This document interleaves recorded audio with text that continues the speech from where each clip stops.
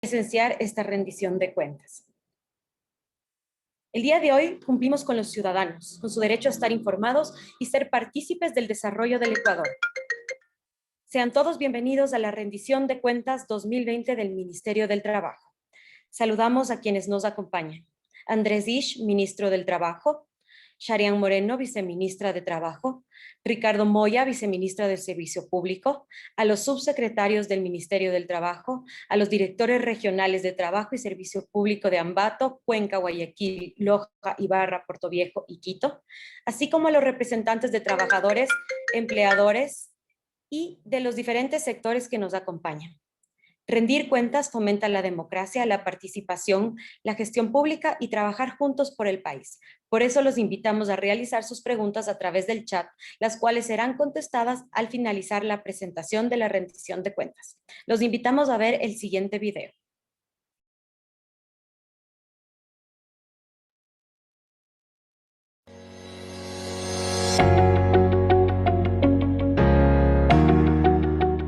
Somos el Ministerio de los Trabajadores, las amas de casa, los estudiantes, los agricultores, los maestros, los jóvenes, los médicos, los jubilados, los artesanos, los emprendedores, de todos los ciudadanos. Por eso, hoy son parte de nuestra rendición de cuentas, cumpliendo con su derecho a estar informados. Su apoyo y participación son fundamentales para hacer frente a los retos que hoy vivimos, para reactivar al país con relaciones laborales justas, dignas, solidarias e inclusivas. Y lo hacemos fomentando la transparencia, la colaboración y la participación ciudadana.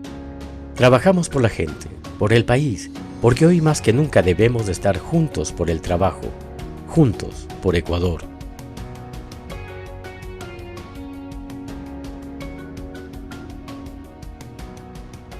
Sembramos futuro. Hoy más que nunca, juntos por el trabajo y juntos por el Ecuador. En este momento invitamos a Andrés Isch, ministro del Trabajo. Muchas gracias, María José. Un buen día con todos. Les agradezco mucho por acompañarnos en esta primera rendición de cuentas de la gestión que comenzó en julio del año 2020. Una gestión que comenzó en una época sumamente complicada. Ustedes recordarán que quizá el pico, no tanto de la crisis sanitaria, pero sí el pico de los resultados que esa crisis sanitaria había tenido en la economía, se dieron precisamente hacia mediados del año pasado. Y en ese momento teníamos realmente una situación muy complicada entre manos. Los índices de empleo adecuado habían caído a límites históricamente bajos. Apenas un 16% de la ciudadanía tenía en ese momento un empleo en condiciones adecuadas. El subempleo se había disparado también a límites históricamente altos, el 34,5%, y el desempleo había llegado al 13,3%, cuando el histórico para mediados de cualquier año se situaba entre el 3 y el 4%, es decir, se había multiplicado por 4 veces. Teníamos un problema adicional, y ese problema adicional es que el Ecuador no contaba con los recursos suficientes para hacer frente a una crisis mundial, una crisis que afectaba a países pobres, a países ricos, a los países que tradicionalmente compran nuestros productos. El Ecuador no tenía, por lo tanto, ingresos petroleros. Recordemos que también habíamos sufrido la rotura de 2 oleoductos. No teníamos ingresos tributarios en ese momento. El confinamiento, una de las cosas que había causado es que no exista consumo. Por lo tanto, no había generación de impuestos a través de IVA, no había además un pago adecuado de impuesto a la renta. Mucha gente se había quedado sin recursos para pagar los impuestos, no teníamos aranceles, no habían importaciones y no teníamos ahorros. Lamentablemente, un mal manejo de la economía durante mucho tiempo le había llevado al Ecuador a que no tenga esos fondos tan necesarios precisamente para aplicar políticas anticíclicas. Sumémosle que la confianza en la capacidad del Ecuador para honrar sus obligaciones había caído también a unos límites sumamente graves. El riesgo país se había disparado y por lo tanto tampoco era una opción el que el Ecuador pueda salir con bonos a buscar recursos frescos en el mercado como tradicionalmente o normalmente se lo debía haber hecho. Así es que lo que teníamos que hacer era enfrentar esta crisis con herramientas distintas a las que lo hacían los otros países. La mayoría de países lo que se planteaba era subsidiar parte de los salarios, entregar créditos no reembolsables, inyectar dinero en la economía con políticas anticíclicas o políticas monetarias que lo que permitan sea soportar ese momento tan duro que vivía la humanidad. A nosotros nos tocaba buscar alternativas diferentes.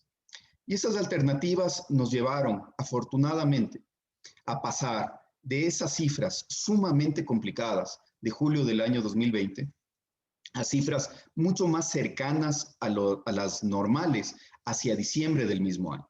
El empleo adecuado se duplicó, el subempleo disminuyó y el desempleo bajó en límites o en proporciones sumamente importantes. Todavía lejos de las cifras prepandemia, es cierto, pero ya mucho más cercanas a cifras que puedan permitirles a los ecuatorianos tener oportunidades y generar ingresos suficientes. ¿Cómo lo hicimos? Y quizá esta es la parte más importante del desafío que sufrimos. Nos planteamos tres objetivos. El primero era lo más urgente y lo más necesario: preservar los trabajos que todavía existían en el país y generar empleo, dinamizarse. Teníamos también, y ese fue el segundo objetivo, que usar los recursos públicos de la manera más eficiente posible. Ante la escasez de recursos, ante lo poco que teníamos, había que dirigirlo hacia aquellas cosas que podía generar un valor agregado para la ciudadanía. Y finalmente teníamos que simplificar y transparentar la gestión del ministerio. No podíamos pedirle a la ciudadanía que confíe en nosotros para protegerles en un momento de tanta angustia si es que no generábamos esa transparencia suficiente para que sepan que si acudían ante el ministerio realmente iban a conseguir una tutela efectiva. Los resultados de la gestión y de estos compromisos vamos a ver en la siguiente lámina. Tenemos cifras, si podemos avanzar una más, tenemos cifras que de manera constante, todas las semanas subimos, además de un esfuerzo por transformar a este ministerio en un ministerio con políticas de gobierno abierto. Y esas cifras nos dejan ver cuáles son los contratos formales de trabajo que se registran en el ministerio. Lo que ustedes ven aquí es el monto neto de contratos que se pierden y contratos que se crean. Es decir, cuántos contratos se mantienen vigentes en el país, formales y que están registrados en el Ministerio de Trabajo. Si es que se fijan en la gráfica, en el mes de marzo del año 2020, comienza esta caída sumamente grave del empleo y llega a su pico más bajo, o a su punto más bajo, discúlpeme, precisamente en julio del año 2020. Es una caída sumamente rápida y se logra estabilizar a partir del mes de julio-agosto y comienza a crecer. Desde agosto hasta la fecha hemos tenido cada mes un poco más de contratos formales de lo que teníamos en el mes anterior. Y ese crecimiento sostenido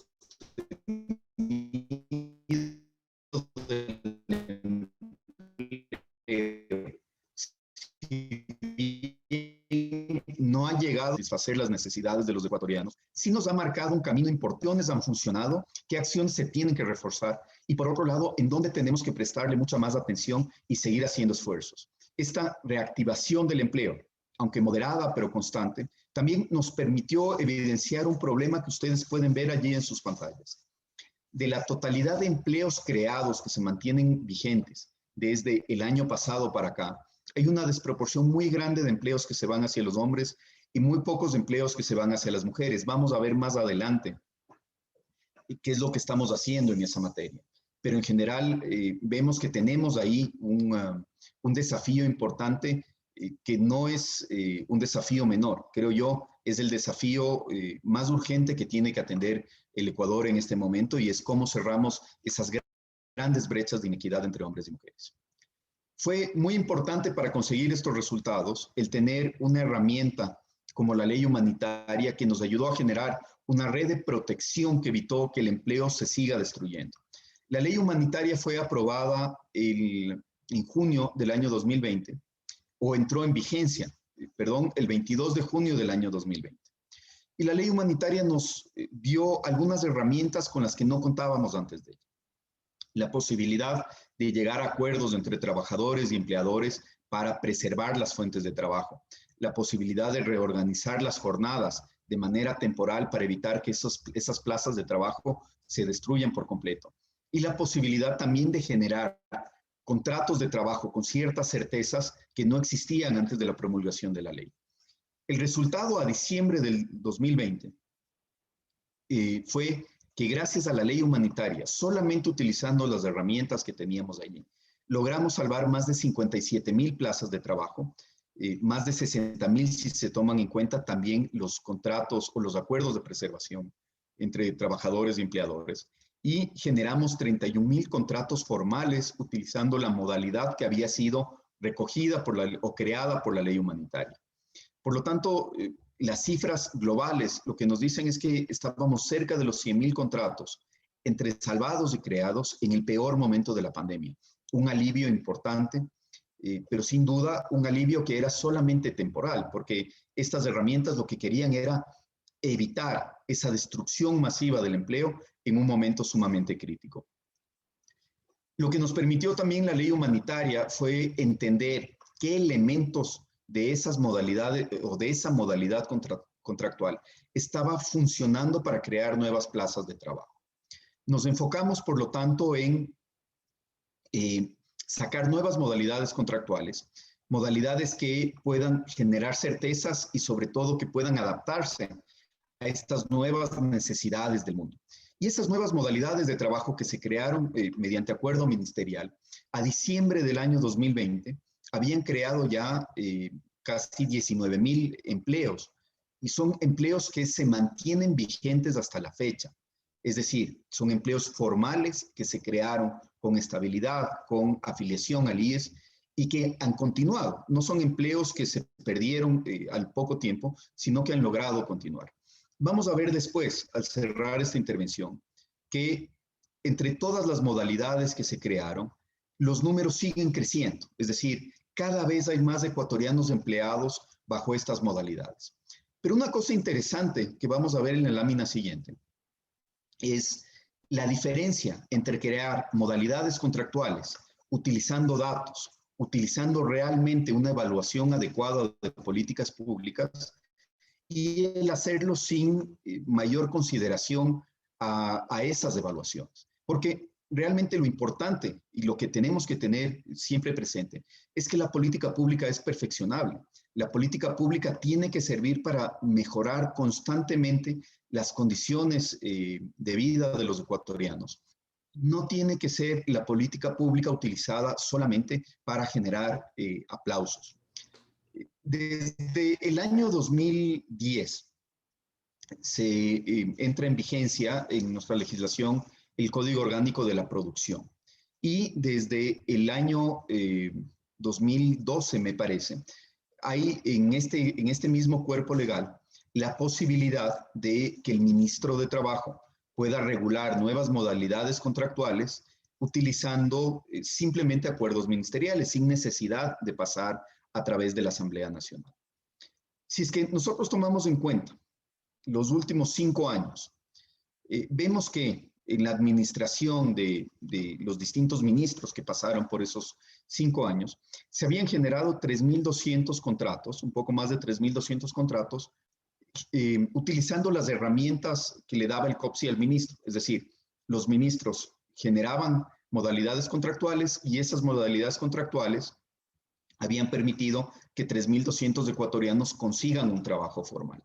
Estas cifras parecen muy bajas, sobre todo si las comparamos con lo que nos ha generado desde julio del año pasado hasta diciembre, las modalidades contractuales que sacamos en este periodo de gestión. Es decir, durante 5 años y un poco más, se habían generado 3,200 contratos a través de las modalidades contractuales expedidas por los ministros de ese tiempo.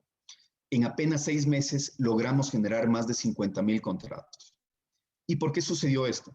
Creo yo que la explicación más importante es que tuvimos la voluntad de escuchar a los distintos sectores de la economía, a trabajadores y empleadores, a informales, a desempleados, a emprendedores, a jóvenes, y entender cuáles eran las barreras que estaban limitando la generación de nuevas plazas de trabajo. Estas modalidades contractuales han seguido creciendo y creo yo que es sumamente importante que esta política pública se pueda mantener en el tiempo. Estamos hablando de una diferencia de casi 15 veces en empleos creados en 6 meses en comparación a 5 años y además en esos 6 meses durante una grave crisis financiera y una grave crisis sanitaria.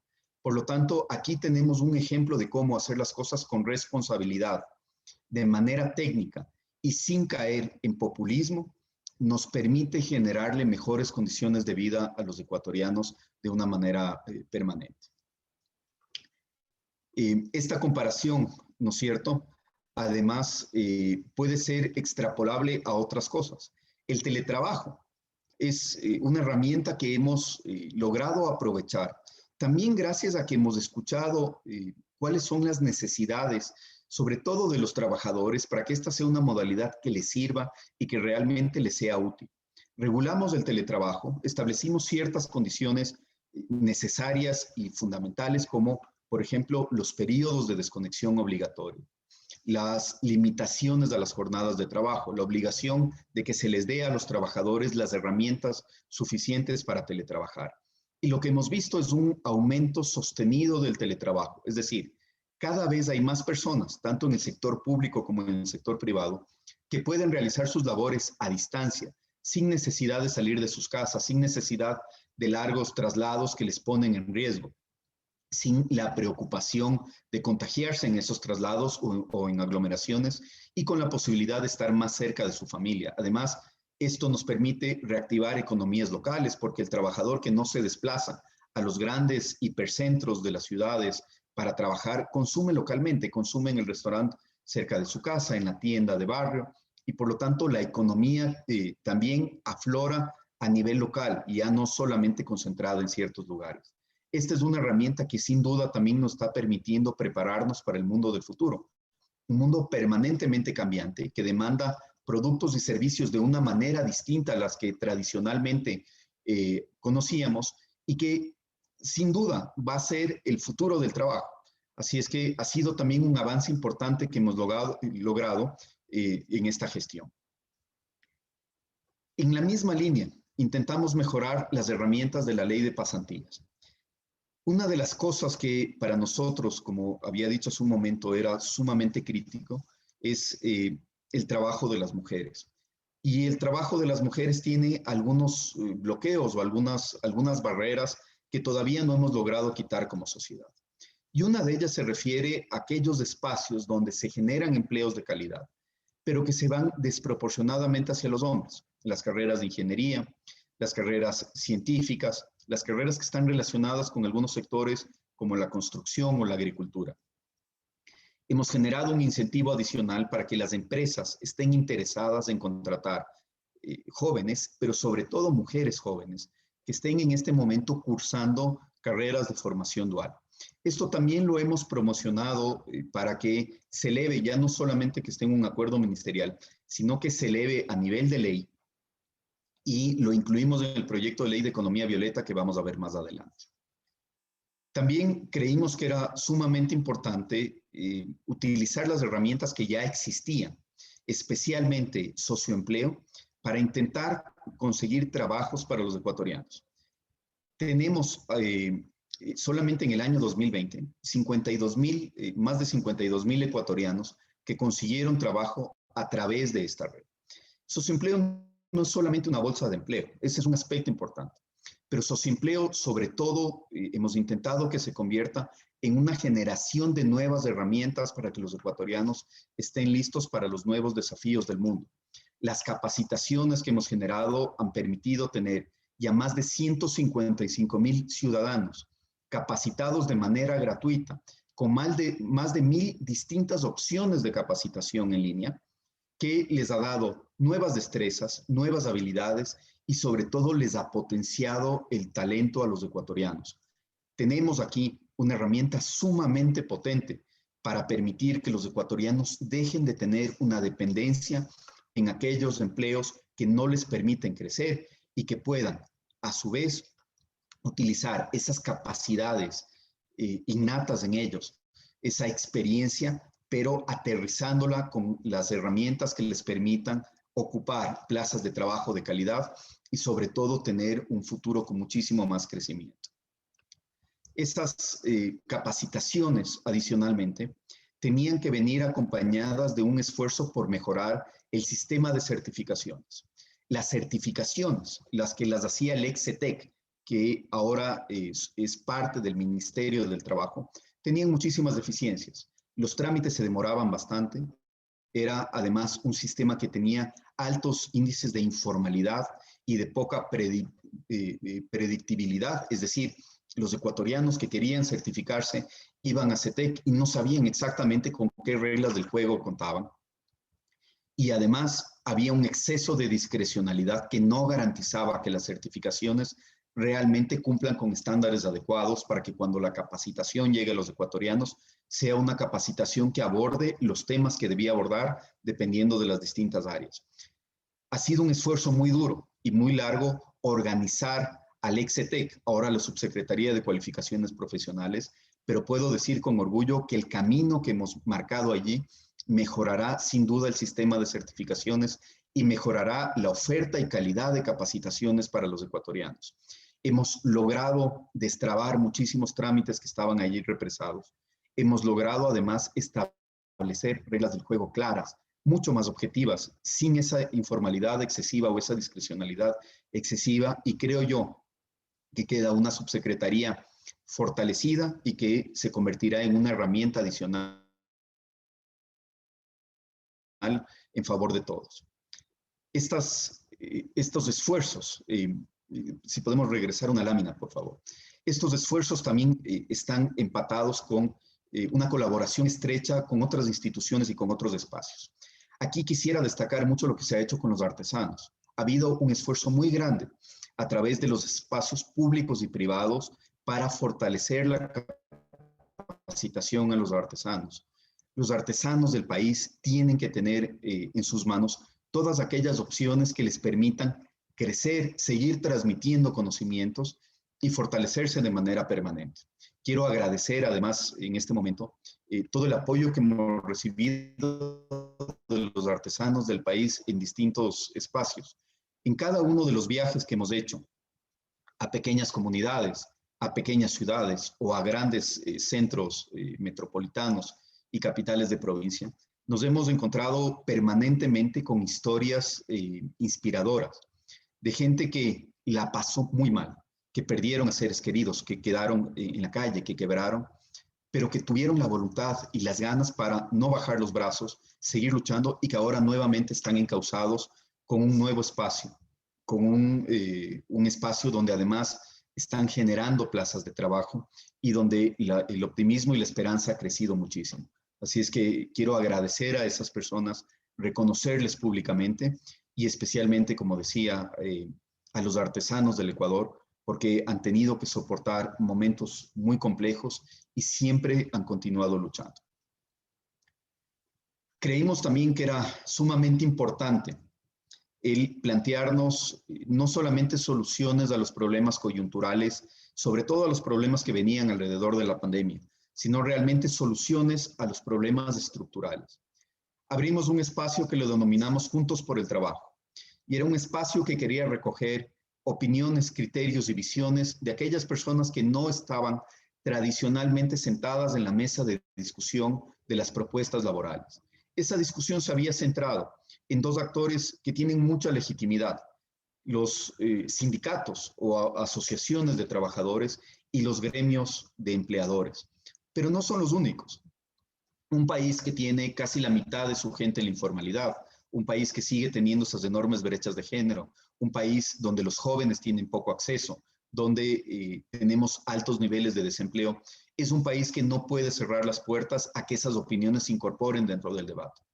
En Juntos por el Trabajo recibimos más de 9,000 participaciones de ciudadanos de distinta índole, informales, desempleados, microempresarios, artesanos, personas emprendedoras que les había ido bien y personas emprendedoras que habían quebrado, jóvenes, mujeres de distintas índoles y con distintas visiones. Y entre todos discutimos el futuro del trabajo en el Ecuador. La academia nos ayudó a sistematizar todas estas propuestas y tenemos ya una gran cantidad de consensos sobre cómo debe evolucionar y modernizarse la legislación laboral, hacia dónde debemos apuntar como país y lograr que esos cambios sean sostenibles, que sean cambios que excedan al ministro de turno, al presidente de turno, a la asamblea de turno y que realmente sean empoderados y empujados por la ciudadanía. Tenemos mucho gusto y mucha satisfacción en saber que ese esfuerzo que lo hicimos durante varios meses nos ha permitido tener un paquete de propuestas que el próximo presidente podrá discutirlas con la nueva asamblea, pero sobre todo sabiendo que tienen la legitimidad de haber nacido desde la ciudadanía. Esos pasos avanzados no se pueden perder. Y aquí nuevamente quiero agradecer a todas aquellas personas que dedicaron horas y horas de su tiempo, de manera desinteresada, de manera ad honorem, para hacer propuestas y lograr tener un mejor país.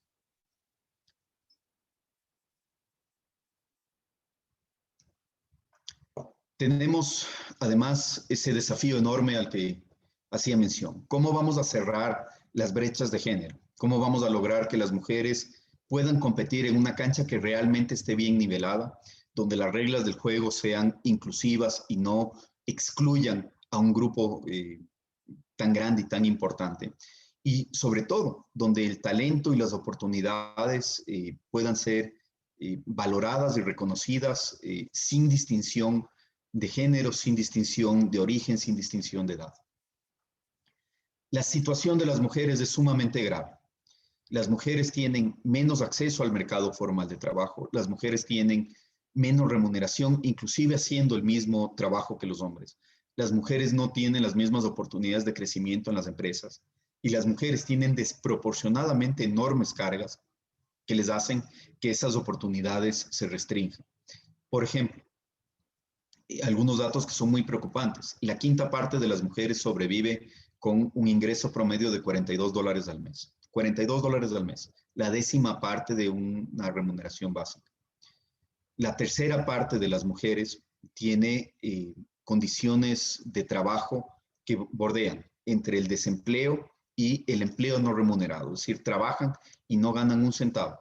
La mitad de las mujeres están en la informalidad y apenas 3 de cada 10 contratos que se generan se van a mujeres. Por lo tanto, esta es una situación que no se puede mantener por más tiempo. Y como decía, me parece que es la acción más importante que tiene el país y la deuda más importante que tiene el país en términos de empleo. Tuvimos conversaciones con mujeres de distintos orígenes, mujeres empresarias y mujeres líderes comunitarias, mujeres desempleadas y grandes emprendedoras o grandes empresarias, mujeres activistas que estaban del lado contrario de la mesa en muchísimos temas, en temas sociales, en temas económicos, en temas de política pública, pero mujeres que habían sufrido en distintos espacios los mismos problemas, las mismas barreras, los mismos casos de discriminación y de prejuicio. Y estas mujeres nos ayudaron a construir el proyecto de ley de economía violeta, un proyecto ciudadano, un proyecto que recoge luchas que vienen de generaciones en generaciones, que recogen las mejores experiencias y las mejores prácticas internacionales. Y sobre todo, es un proyecto que lo que busca es atacar los problemas más graves que tienen las mujeres dentro del mercado laboral. La falta de acceso, la discriminación y prejuicios y la dificultad para crecer. ¿Qué es lo que hemos planteado en este proyecto de ley? En primer lugar, que exista un incentivo tributario para aquellas empresas que abran nuevas plazas de trabajo y que esas plazas de trabajo sean otorgadas a mujeres. Este incentivo tributario les dará una deducibilidad adicional del 150%. Es decir, mientras más mujeres se contraten y mejor se les pague a las mujeres, más beneficios tendrán las empresas. Queremos romper ese prejuicio perverso que nos dice desde hace mucho tiempo que las mujeres, sobre todo las mujeres en edad de ser madre, son más caras o son un problema para las empresas. Nada más alejado de la realidad. Las mujeres no solamente que durante su vida son más productivas que los hombres, que se enferman menos, que faltan menos al trabajo y que son más responsables, sino que las mujeres cuando están en cargos de dirección conviertan a las empresas en empresas mucho más exitosas, empresas que son hasta un 45% más rentables y un 60% más productivas. Mientras más mujeres tengamos en cargos de dirección, mejor le va a ir al país. Y por eso, la segunda cosa que planteamos en este proyecto de ley es una transitoria que obliga a todas las empresas del Ecuador, en el plazo de 5 años, a tener al menos una mujer en directorios, juntas o cualquier organismo directivo de ellas. ¿Qué es lo que queremos? Que más mujeres tomen decisiones, que más mujeres ayuden a tener estructuras justas y equitativas dentro de las empresas y que sean las mujeres las que nos ayuden a transformar este país. También, para romper prácticas discriminatorias, hemos propuesto que siempre que la mujer así lo quiera, se puedan compartir licencias de maternidad y de lactancia, que caminemos hacia currículum ciegos, que tengamos criterios objetivos previamente establecidos para las contrataciones, para los ascensos, para la fijación de remuneraciones. Queremos identificar los casos de discriminación y queremos poder corregirlos. Y sobre todo, queremos cambiar patrones y conductas sociales. Es hora ya que el Ecuador dé un paso al frente, que entendamos los privilegios que hemos tenido los hombres de manera desproporcionada frente a las mujeres, que entendamos que mientras más mujeres se incorporen al sistema productivo, mientras más posibilidades de toma de decisiones reales, de más libertad tengan, mejor nos va a ir a todos. Y sobre todo, es hora ya de que tengamos una sociedad mucho más justa. También nos hemos preocupado de fortalecer el programa de erradicación del trabajo infantil. PETI se ha convertido nuevamente en un programa que le pone muchísima atención a las obligaciones del Ecuador, a las obligaciones internacionales, que le pone mucha atención a soluciones de fondo y que ha coordinado de manera adecuada con otras instituciones para fortalecer la red de protección. Aquí también tenemos deudas pendientes muy grandes. La erradicación del trabajo infantil es un esfuerzo que no puede concluir hasta que no tengamos un solo niño trabajando. Tenemos que generar condiciones mucho más justas, mucho más equitativas, y tenemos además la necesidad de que esos niños puedan regresar al sistema educativo y que puedan tener realmente un futuro con oportunidades. Creo yo que estamos en el camino correcto, más allá de todos los esfuerzos que todavía tenemos que seguir haciendo, pero el PETI sin duda tiene que continuar siendo una acción prioritaria del Ministerio del Trabajo.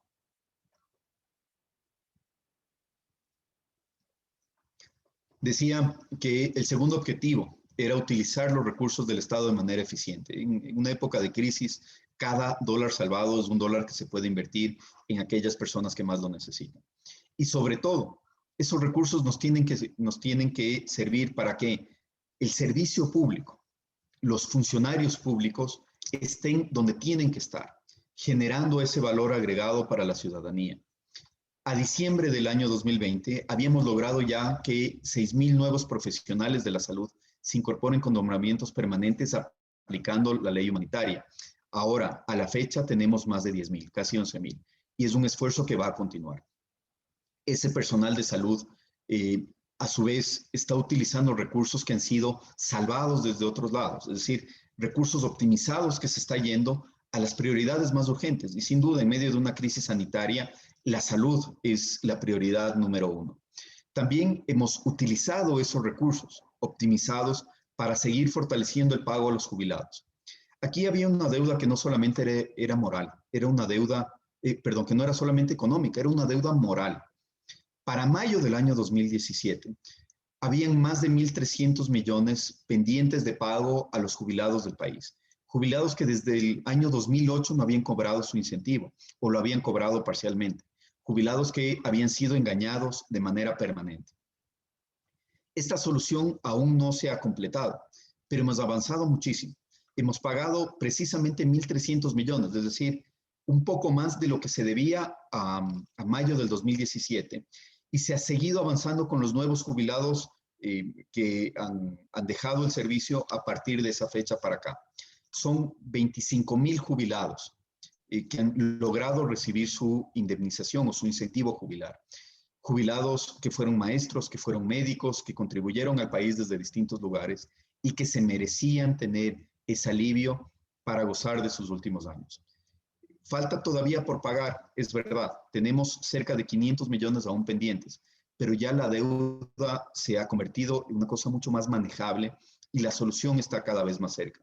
Esos jubilados, cuando yo entré a trabajar en el servicio público, en el gobierno nacional, eran jubilados que sentían que no tenían una esperanza porque habían sido durante mucho tiempo abandonados. Varios de esos jubilados ahora me enorgullezco en decir que son amigos queridos y cercanos, con quienes trabajamos de la mano, con quienes conversamos de manera permanente y quienes todo el tiempo nos han apoyado para encontrar soluciones de una manera justa, de una manera equitativa y de una manera muy solidaria. Creo yo que esos jubilados son ejemplo no solamente de esfuerzo y de sacrificio, sino son ejemplo de compañerismo, son ejemplo de generosidad. Han priorizado en muchísimas ocasiones el que se pague a terceras personas que estaban en situación de vulnerabilidad antes que ellos mismos, antes que los dirigentes que daban la cara y que las personas que estaban en más contacto con nosotros. Esto es uno de los orgullos y satisfacciones que tengo y espero que continúe el esfuerzo para cada vez tener mejores procesos y que sea mucho más rápida la solución de los problemas de los jubilados y ojalá lleguemos a un momento en el cual la salida de cada uno de ellos sea una salida en donde la única preocupación sea qué vamos a hacer con el tiempo libre y no qué les debe el Estado. Las estructuras del Estado también son un problema. Estructuras muy grandes implican excesivo gasto público, estructuras muy grandes implican exceso de trámites, limitaciones a los ciudadanos, una sensación de ahogo permanente por todo lo que se les pide cumplir de manera permanente.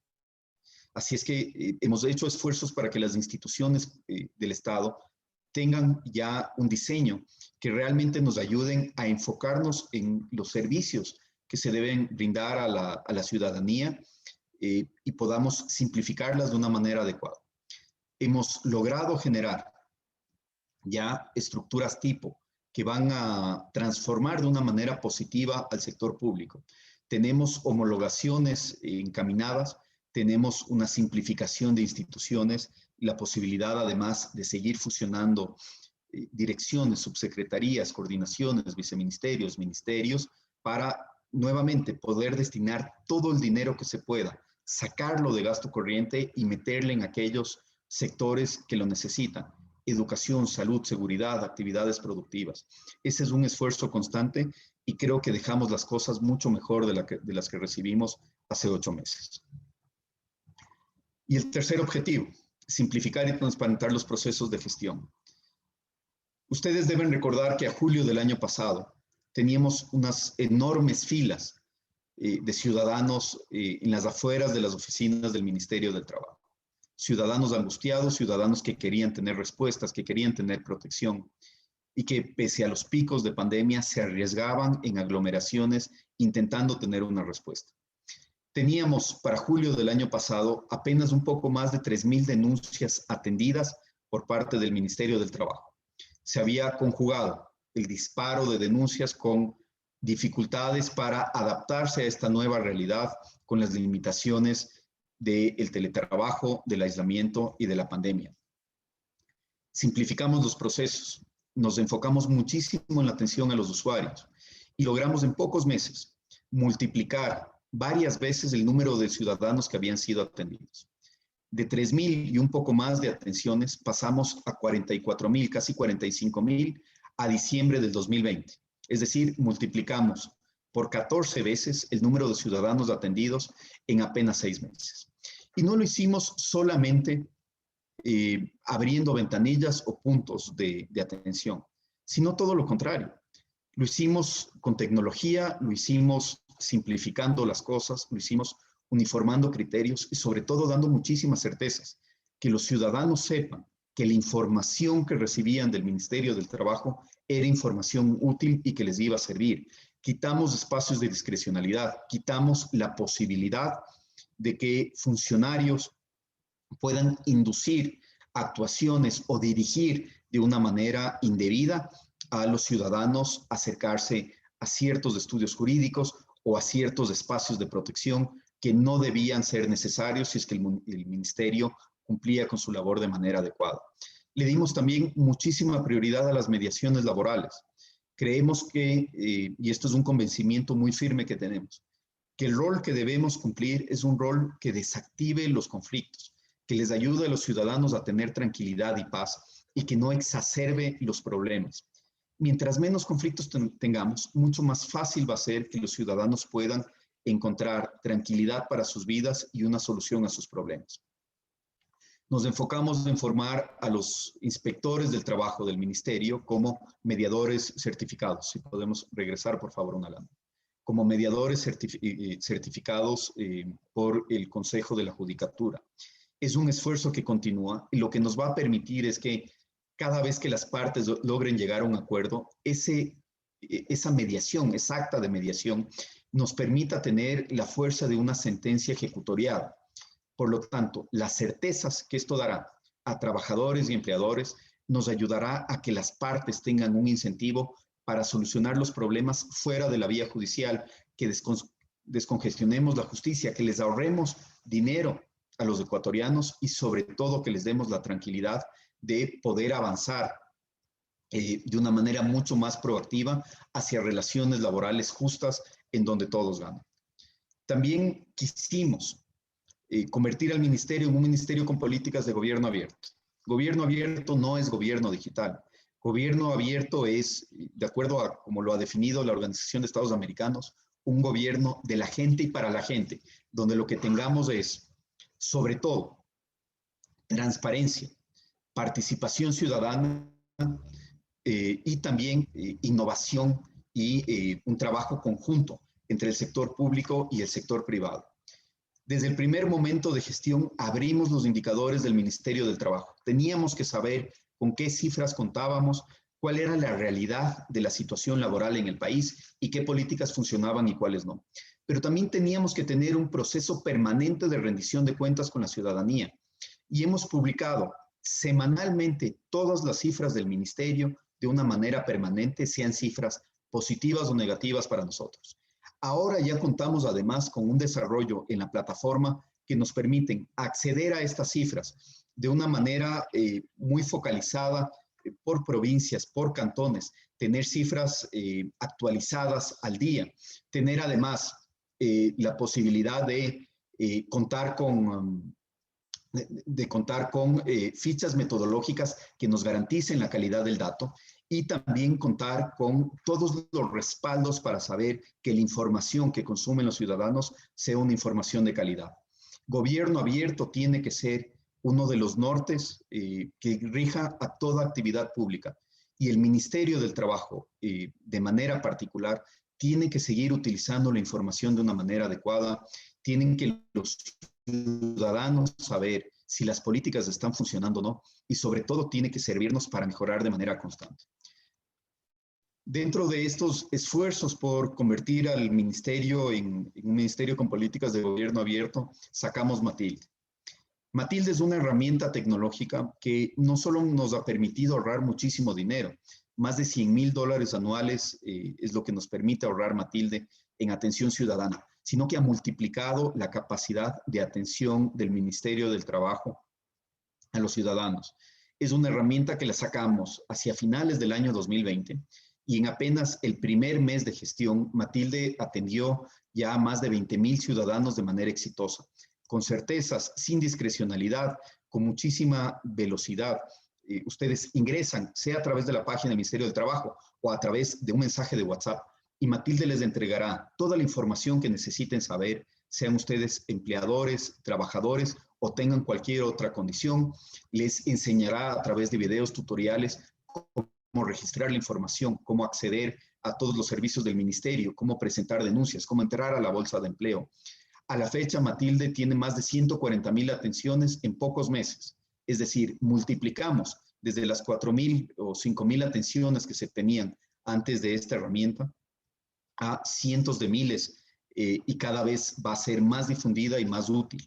Creo que Matilde es un ejemplo de cómo, con poco dinero, pero con creatividad y sobre todo pensando en lo que le sirve a los ciudadanos más que lo que le sirve a los funcionarios, podemos mejorar la calidad de la atención pública.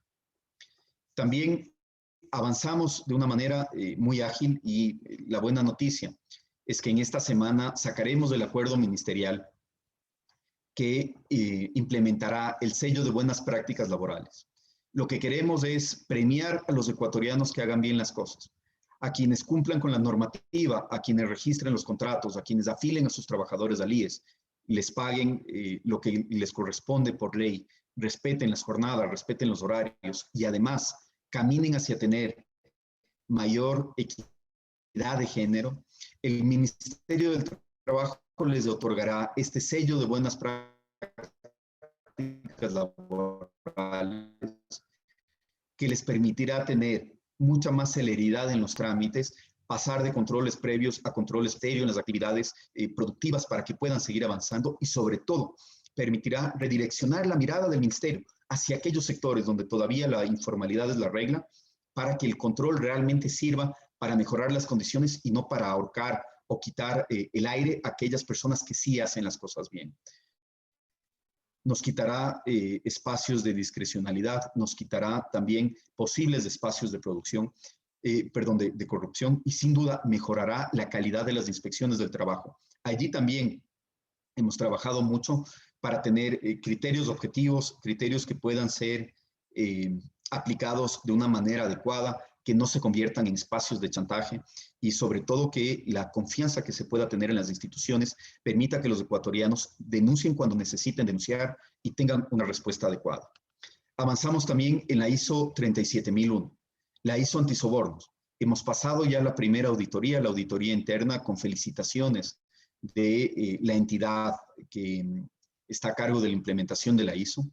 Y esto nos va a permitir que el Ministerio del Trabajo, en pocas semanas, que tenga ya la acreditación en sus manos, pueda tener procesos sumamente trabajados y mejorados para evitar estas prácticas perversas que lo que hacen es generar no solamente aflicciones y daño a los ecuatorianos, sino que también socavan la democracia de una manera sumamente grave.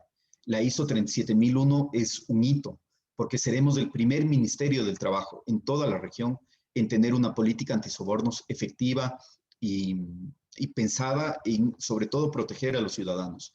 Hemos ya presentado varias denuncias en Fiscalía, tenemos un canal de denuncias anónimas que pueden usar todos los ecuatorianos y yo los invito a que sean parte de este esfuerzo por desterrar cualquier práctica corrupta que podamos encontrar en nuestras instituciones.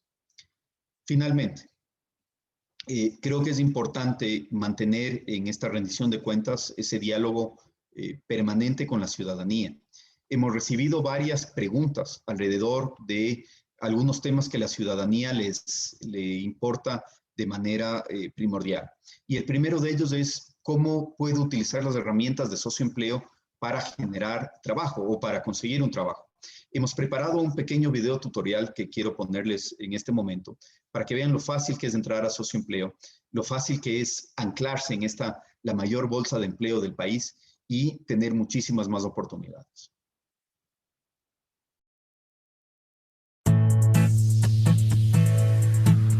¿Cómo me registro en socioempleo? Ingresa a la página web www.socioempleo.gov.es y da clic en el vínculo Buscadores de empleo y en Registro. A continuación, ingresa toda la información solicitada como cédula, nombre, apellidos, correo electrónico y haz clic en Registrarse. Una vez registrado, tu usuario y contraseña se enviará a tu correo electrónico. Para continuar construyendo tu hoja de vida, haz clic en Ingresar al sistema para actualizar su hoja de vida y aplicar a ofertas. En el icono Actualiza tu hoja de vida aquí, encontrarás módulos de información tales como información personal, preferencias laborales, oficios o subactividades, instrucción formal, idiomas, capacitaciones y certificaciones, experiencia, evaluación de desempeño, logros personales, acciones afirmativas y referencias personales. Una vez completada la información, se podrá acceder a ofertas del sector público y privado.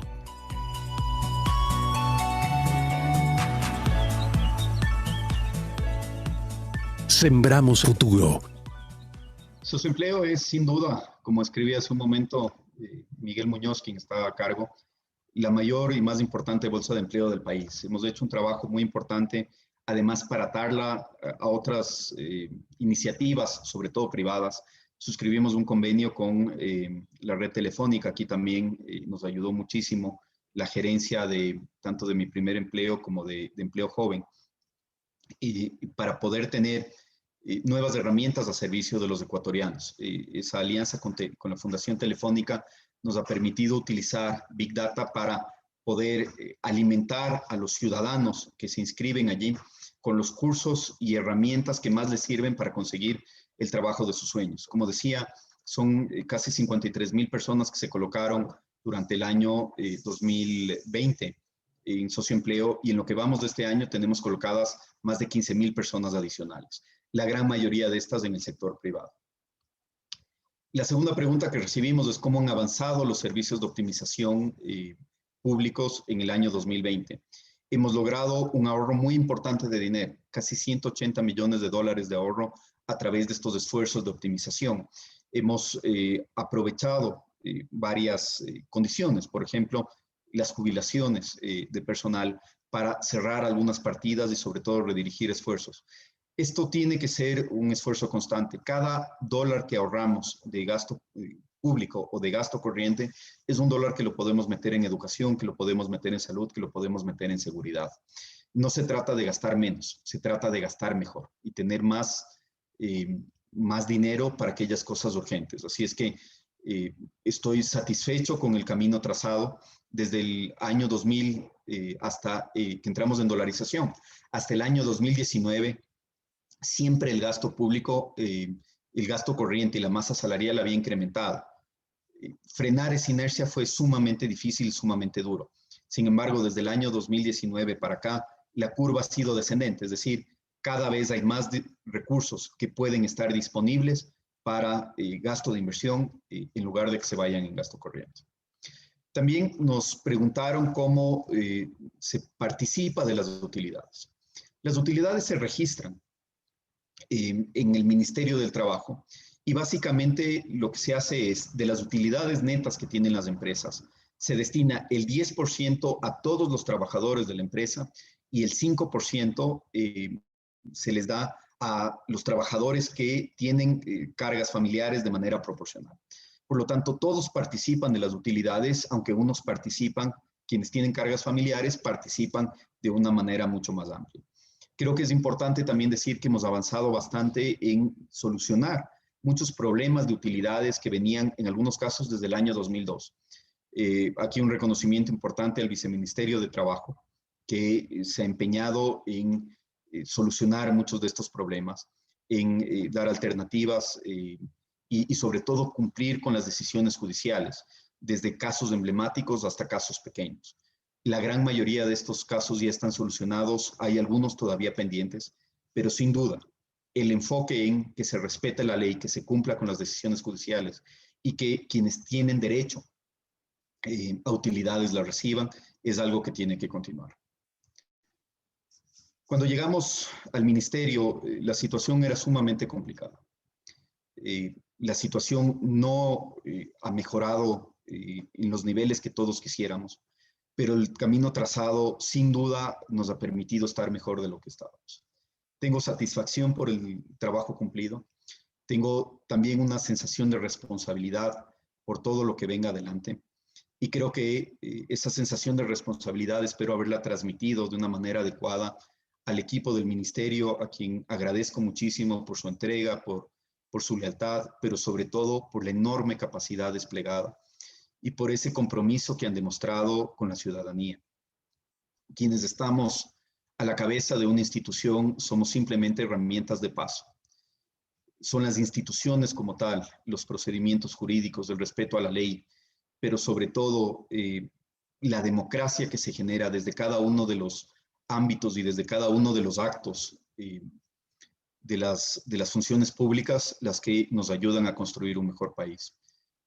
Hemos visto avances importantes, pero sobre todo creo que hemos visto que hay un camino trazado que nos puede permitir tener un mejor futuro si es que hacemos las cosas con responsabilidad, de manera técnica, alejándonos del conflicto, alejándonos de la bronca política y volviendo a confiar en los ciudadanos, entendiendo que la diversidad es una riqueza enorme que no podemos desperdiciar, entendiendo que las diferencias de opinión nos ayudan a ser mejores y entendiendo que la crítica pública, la crítica que viene de los medios, la crítica que viene de los ciudadanos, no solamente es deseable, sino que realmente es la piedra fundamental de todo proceso democrático y de toda sociedad. Quiero agradecerles a todos por su presencia. Vamos a abrir en un momento el foro a preguntas, pero quiero cerrar con un pequeño video para que vean en dónde estamos en este momento en relación a dónde estábamos a julio del año 2020. Agradecemos la intervención del abogado Andrés Isch, ministro del Trabajo.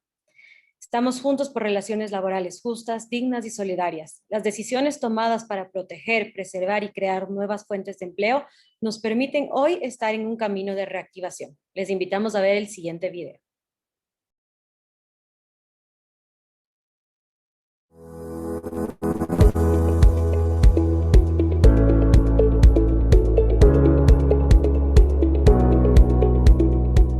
El trabajo del año 2020 nos permitió sembrar caminos para recuperar y reactivar el empleo.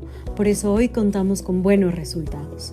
Al mes de abril del 2021, la tasa de empleo global es del 94.5%, la tasa del empleo adecuado es del 34%, la tasa del subempleo es del 22.7% y la tasa del desempleo es del 5.5%.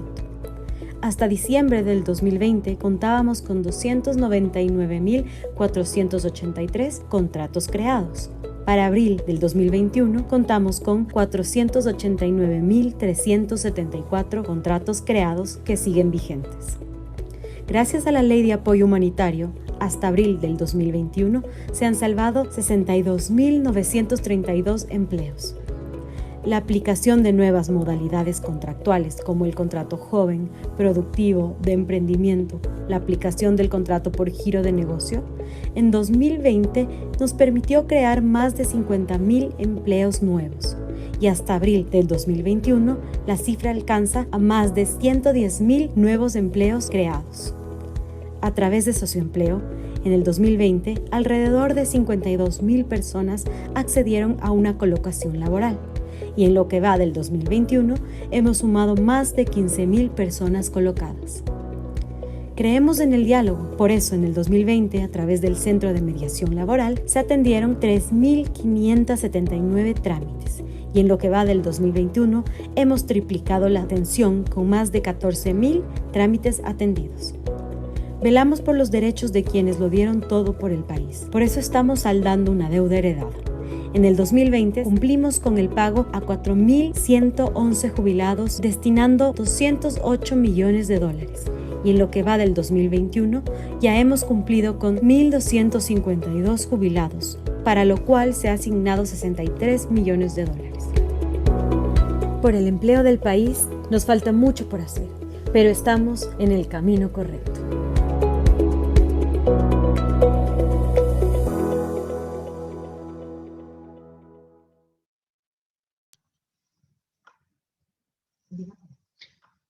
Antes de pasar a las preguntas, no quiero dejar de agradecer a una gran cantidad de personas que nos han ayudado. Muchas de las acciones que hemos tomado como ministerio fueron acciones que vinieron después de conversaciones con personas que nos dieron una luz y nos marcaron un camino muy importante.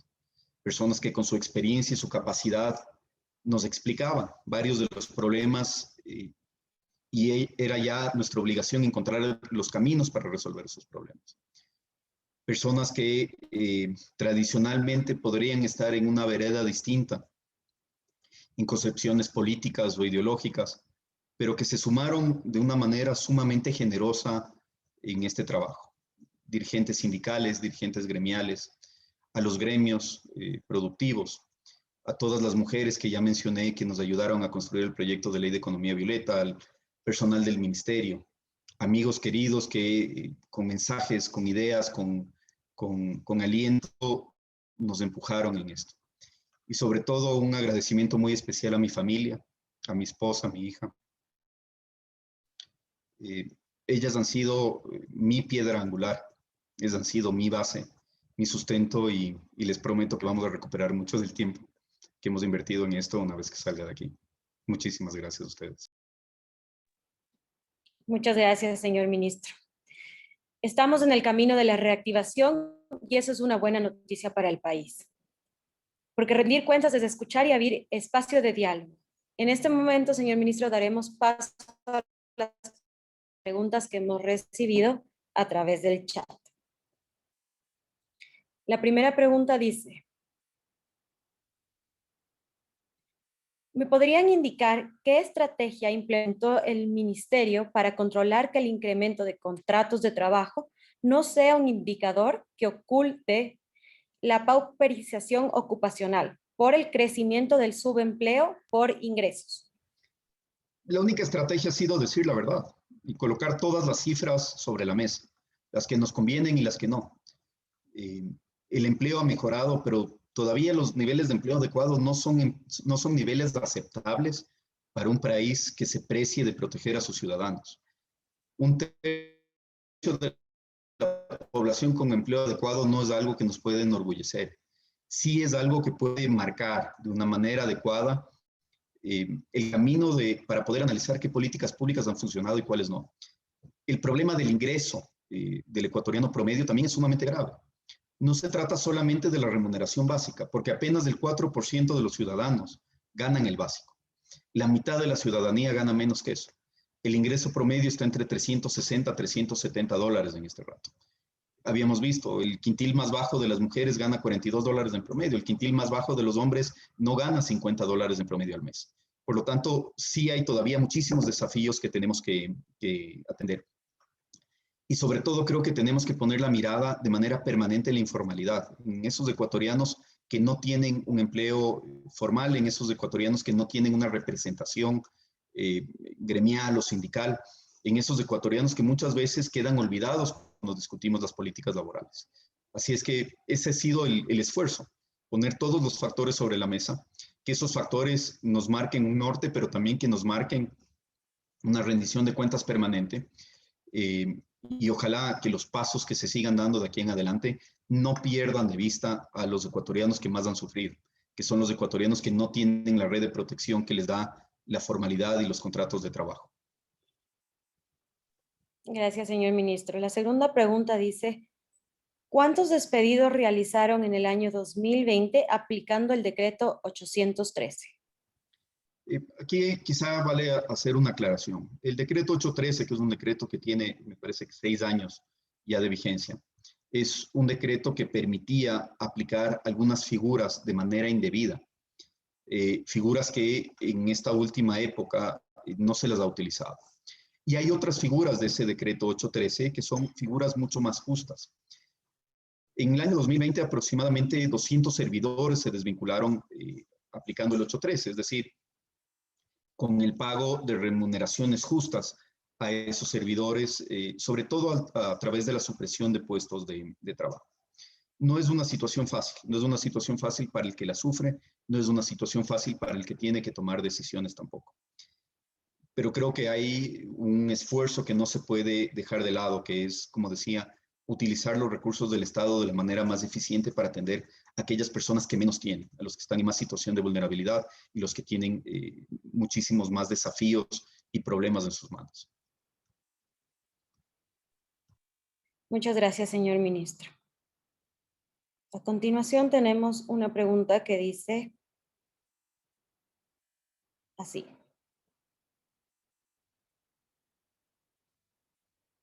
una consulta, ¿qué requisitos se requieren para certificarse como capacitador? En cualificaciones profesionales, lo que se hace es básicamente determinar Los requisitos del capacitador dependiendo del área de experticia de esa persona. Y por otro lado, cuál es la capacitación que se tiene que dar a las personas que quieran beneficiarse de esto. No hay una respuesta general, porque cada una de las áreas tiene particularidades tan específicas que tienen que ser atendidas de una manera distinta. Mi recomendación es, entren en la página del Ministerio del Trabajo. Tenemos allí información muy clara de cualificaciones profesionales. Tenemos además ya estructuras que están establecidas para que la información no sea discrecional, sino reciban ustedes, dependiendo de las necesidades que tengan en cada una de sus áreas, la información adecuada. Y además tenemos ya los procesos mejorados, de tal manera que sepamos exactamente cuánto tiempo nos va a tomar, qué puedo esperar yo de la Subsecretaría de Cualificaciones Profesionales y también que no tengamos estos espacios que pueden después prestarse a abusos o cualquier tipo de gestiones que estén reñidas con la ley o con la ética.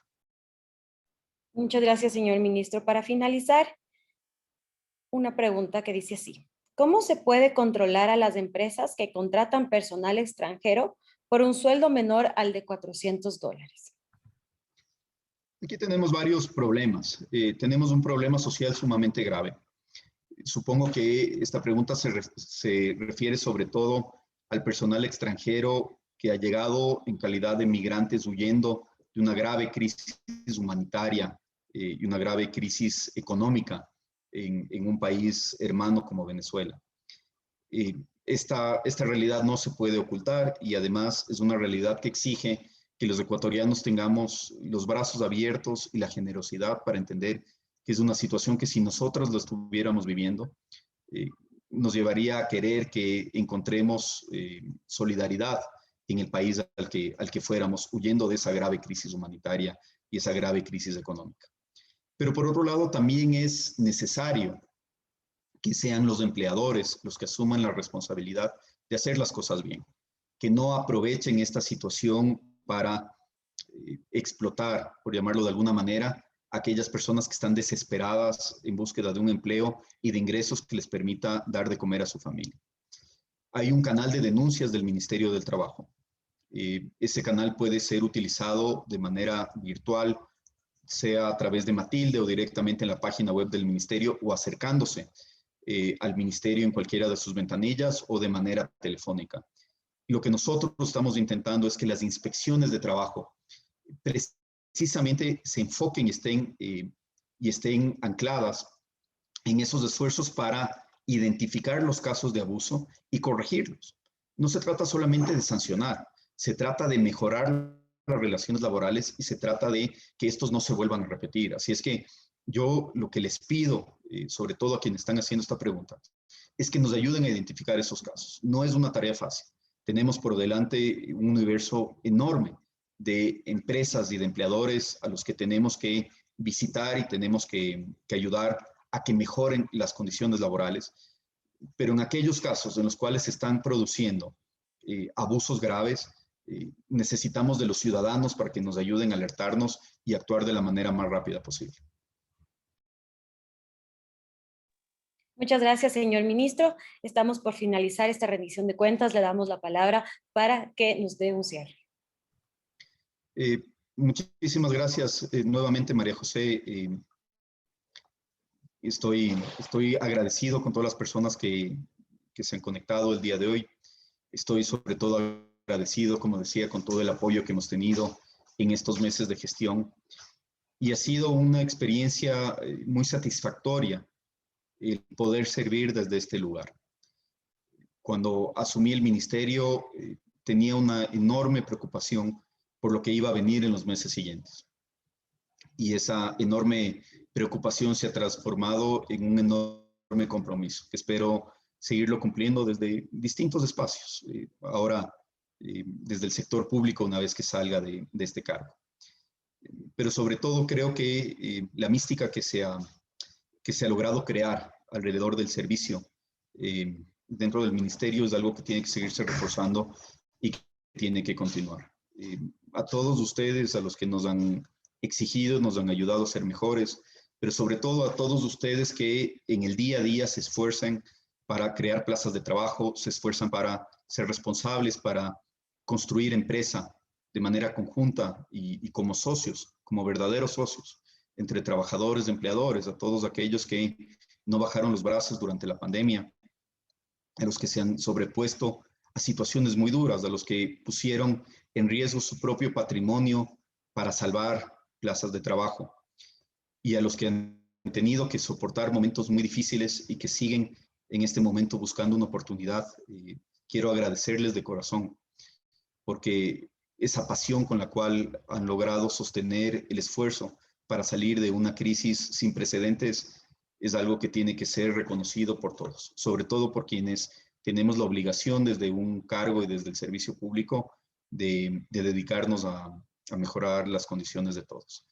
Nuevamente, muchísimas gracias y un gran abrazo.